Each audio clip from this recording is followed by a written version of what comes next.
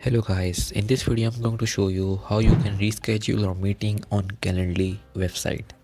So first you need to go to Calendly, go to their website and then click on my account. If you are not logged in to your account, you need to create new account by clicking on the logout option and then create a new account.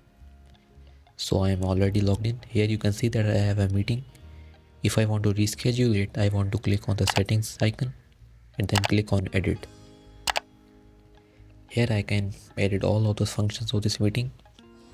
I can change the days, the duration of the meeting. I can set custom hours and I can change the working hours. So after you are done with changing your settings, all you need to do is click on save and close. And here you can see that the saved button has appeared. I hope you found this video useful. Please hit the like button and subscribe to our channel for more videos like this, and I will see you in the next one.